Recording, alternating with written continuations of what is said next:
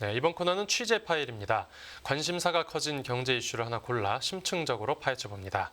네, 지금 금융시장에서는 미국 중앙은행인 연방준비제도가 기준금리 인상을 사실상 종료했다는 평가가 지배적입니다. 그리고 올해 마지막 연방공개시장위원회 FOMC 회의 결과도 반나절 뒤면 나오는데요. 그 결과를 확인하기에 앞서 최근까지 제롬 파월 연준 의장이 어떤 감정을 가지고 있었는지 권용욱 기자가 분석해왔습니다. 네, 안녕하십니까? 안녕하십니까? 네, 이 먼저 연방준비제도의 수장인 이 파월 의장의 감정을 파악하는 게 어떤 의미를 가지고 있습니까? 네, 그 제롬 파월 연준 의장을 비롯해서 중앙은행 수장들은 말 한마디 한마디에 모두 그 통화 정책의 일환이라고 볼 수가 있습니다. 네네. 그러니까 시장은 중앙은행 수장 말 한마디에 귀를 기울이면서 통화 정책의 방향을 알아내려고 노력을 하는데요. 네.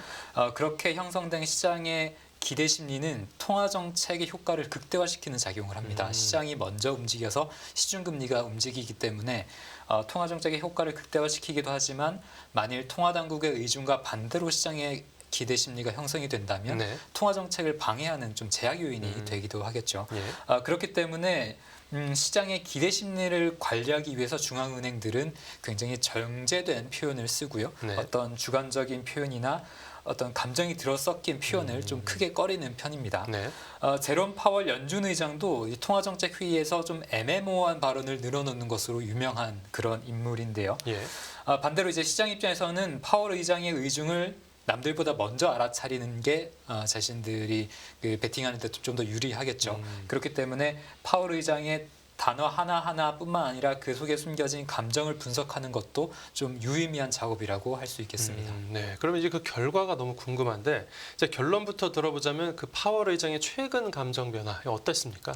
네, 지금 시장에서 연준의 이번 금리 인상 주기가 사실상 끝났다는 평가가 좀 지배적인데요. 네. 파월 의장은 올해 하반기부터 이제 물가 상승률이 둔화되고 그래서 추가 금리 인상 필요성이 줄어들면서 긍정적인 감정 지수를 키워온 것으로 그렇게 분석이 됐습니다. 긍정적인 감정 지수요. 네. 그런데 이게 그 어떤 많은 양의 빅데이터를 인공지능을 활용해서 분석한 결과라고요? 네, 그렇습니다. 연합인포맥스가 오픈 AI의 챗 GPT를 활용해서 대표적인 프로그래밍 언어인 파이썬을 활용을 해서 이런 결과를 좀 냈는데요. 네네. 파월 의장이 취임한 이후 첫 FOMC 기자회견부터 가장 마지막인 지난 11월 회의까지 그의 모든 발언들을 전문 텍스트를 파이썬 코드를 통해서 좀 돌려봤고요. 예. 총 180만 개의 단어가 들어갔고 그 텍스트의 감성을 분석하는 베이더라는 감성 분석 모델이 또 활용이 됐습니다. 예. 이 베이더라는 것은 여러 주관적인 단어와 문맥들을 토대로 그 텍스트의 긍정, 부정 또는 중립 등의 지수를 수치화해서 보여주는데요. 예. FOMC 기자회견별로 파월 의장 발언에 대해서도 이렇게 좀 감정을 수치화해서 확인을 할 수가 있었습니다. 예. 긍정과 부정, 중립 등의 감정 지수 가운데 좀 눈여겨봐야 되는 게 긍정이었는데요. 네네. 그러니까 왜냐하면 기준금리 변동과 어떤 감정이 가장 유의미하게 상관성을 가지느냐를 조사해봤을 때 네네. 긍정의 감정 지수가 가장 금리 변동과 유의미한 상관성을 나타내는 것으로 그렇게 분석이 됐습니다. 네네. 조금 더 구체적으로 말씀을 드리면 긍정의 감정이 커질수록 금리는 내려가는 경향이 좀 눈에 보였는데요. 네. 이것은 곧 금리를 이제 인하하거나 또는 기준금리 인하를 시사했을 때 파월의 긍정적인 감정지수가 올라갔고 또 그 반대의 경우에는 긍정의 감정지수가 낮아졌다라고 볼 수 있겠습니다. 네네. 이 긍정의 감정이 크게 나타날수록 금리가 내려가는 성향을 보였는데 마침 이 최근에 긍정의 감정이 또 크게 나타난 거군요. 네, 그렇습니다. 금융시장 어떤 기대감과 일맥상통하는 부분이 있는 것 같은데 그렇다면 그 파월 의장의 긍정 감정 지수가 최근에 구체적으로 어떻게 나타났습니까? 네, 파월 의장의 긍정 감정 지수가 가장 최근 회의인 11월 회의에서 연중 최고치를 기록을 했거든요. 예. 수치를 보면 0.8이었는데 네. 올해 들어 가장 높은 수준이었습니다. 예. 그러니까 특히 긍정 지수가 최근에 어떻게 움직였는지를 그 변화 추이를 좀 살펴보는 것도 중요한데요. 네. 지난 6월에 연중 최저치인 0.06을 기록하다가 7월에는 0.073 그리고 6월 0.075로 지금 서서히 올라오고 있었습니다. 네, 그러니까 계속 그 6월부터 해서 긍정 감정 지수가 쭉 상승해서 한 5개월 정도 만에 연중 최고치까지 올라왔네요. 네. 그리고 일단 11월에 있었던 그 FOMC 결과가 어땠었길래 이렇게 최고까지 올라간 겁니까? 네, 이 11월 회의를 좀 돌아보면요. 당시 기준금리를 5.25에서 5.5%까지 만장일치로 동결을 했고 파월 의장은 추가 인상 가능성을 생각보다 강하게 시사하지는 않았습니다. 특히 당시 회의에서 파월 의장은 국채금리 상승을 거론하면서 그것 때문에 금융 여건이 변화했다라고 좀 말을 했는데요. 그러니까 당시 회의에서 연준은 그 통화정책 성명서에서도 금융 환경이 이전과 달리 긴축됐다라는 것을 좀 적시를 했었거든요. 그 내용은 그 높아진 국채 금리가 기준금리 인상의 역할을 대신하기 때문에 금융 여건이 긴축이 됐다라는 그런 표현이었기 때문에 추가 금리 인상의 필요성을 좀 줄여 떨어뜨리는 그런 요인으로 해석이 됐었습니다. 그러니까 이에 따라서 금리 인상 종료 기대가 더욱더 커졌고 당시 FMC 회의 직후에 하루에만 미국 10년물 국채 금리가 19bp, 즉 0.19%포인트가 급락을 하루 동안 했습니다. 그러니까 이걸 긍정 감정 지수가 이제 가장 낮았던 때와 비교를 해보면 그 스탠스를 더 명확하게 알 수 있을 것 같은데요. 그렇다면 그 6월 FOMC 회의에서는 어떤 일들이 있었습니까? 6월 FOMC 회의 기자회견을 돌이켜보면 사실 파월 의장이 말실수로 읽힐 수 있는 그런 실수를 했거든요. 그렇게 하면서 시장의 금리 인상 우려를 좀 크게 키운 바가 있습니다. 파월 의장은 그 당시 6월 회의에서 다음 달 그러니까 7월에 금리 인상 여부를 묻는 기자의 질문에 그때 가서 결정될 것이라는 원론적인 입장을 고수하면서도 6월 금리 동결에 대해서는 건너뛰기, 즉 스킵이라는 표현을 썼었거든요. 그리고 나서 곧바로 동결 결정을 건너뛰기라고 부르면 안 되겠지만이라고 자신의 발언을 진화를 하려고 했지만 시장에서는 이 건너뛰기라는 단어가 7월의 인상을 염두에 둔 것으로 해석을 하면서 금리 인상 우려가 굉장히 좀 커졌습니다. 그리고 실제 연준은 7월 들어서 금리를 인상을 했고요.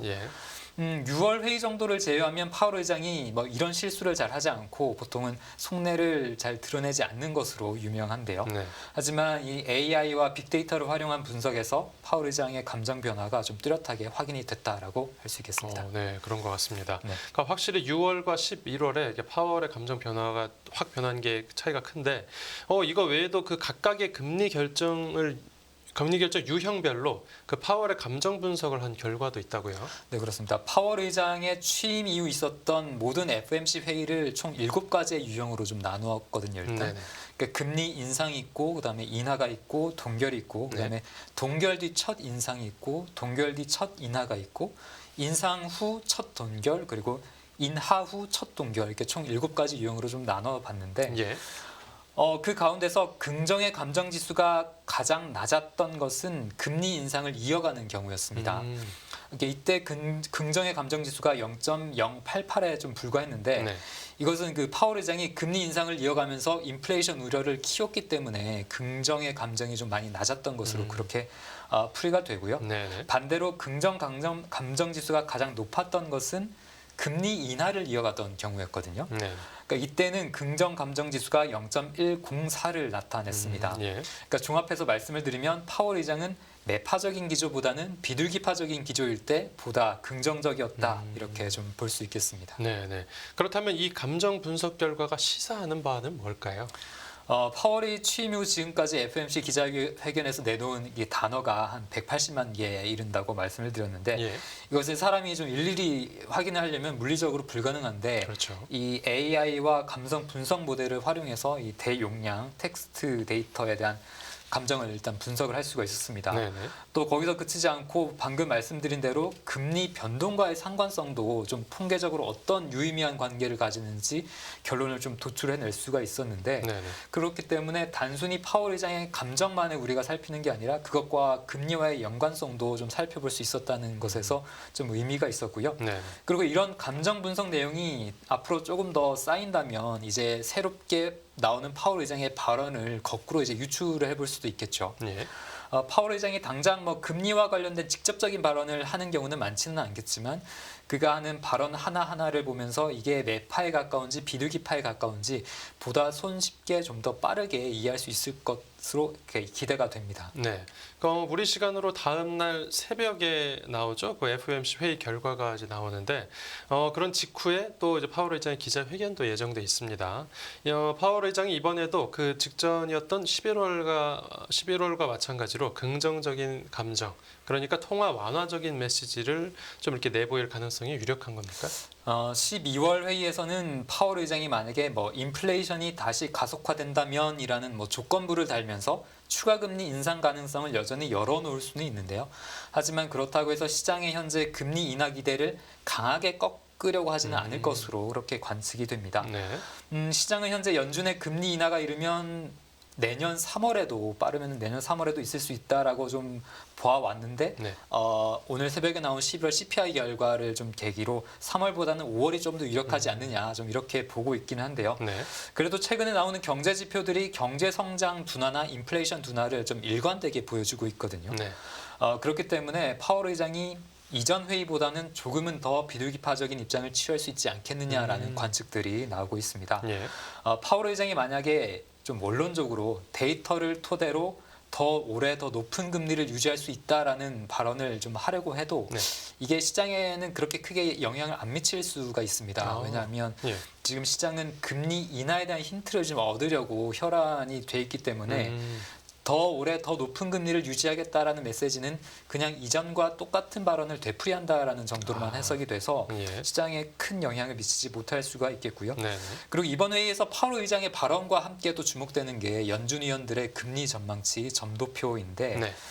기존에 나온 점도표 상으로 연준 위원들은 내년 연말까지 지금보다 기준금리가 한 0.25%포인트 정도 낮아질 것으로 예상을 해왔는데 네. 이것은 뭐 내년에 한 3차례에서 4차례 금리 인하를 기대하는 시장의 생각과는 많이 괴리가 좀 있는 편이죠. 그러네요. 네. 그렇기 때문에 이 점도표 수치, 점도표의 중간값이 어느 정도 좀 내려갈 것인지 그것도 좀 주목을 해봐야겠습니다. 네, 오늘 FOMC 결과가 어떻게 나오는지 지켜보고 또 결과 나오면 후속 보도 기다리겠습니다. 네, 오늘 취재 파일은 여기서 마무리하겠습니다. 잘 들었습니다. 네, 감사합니다.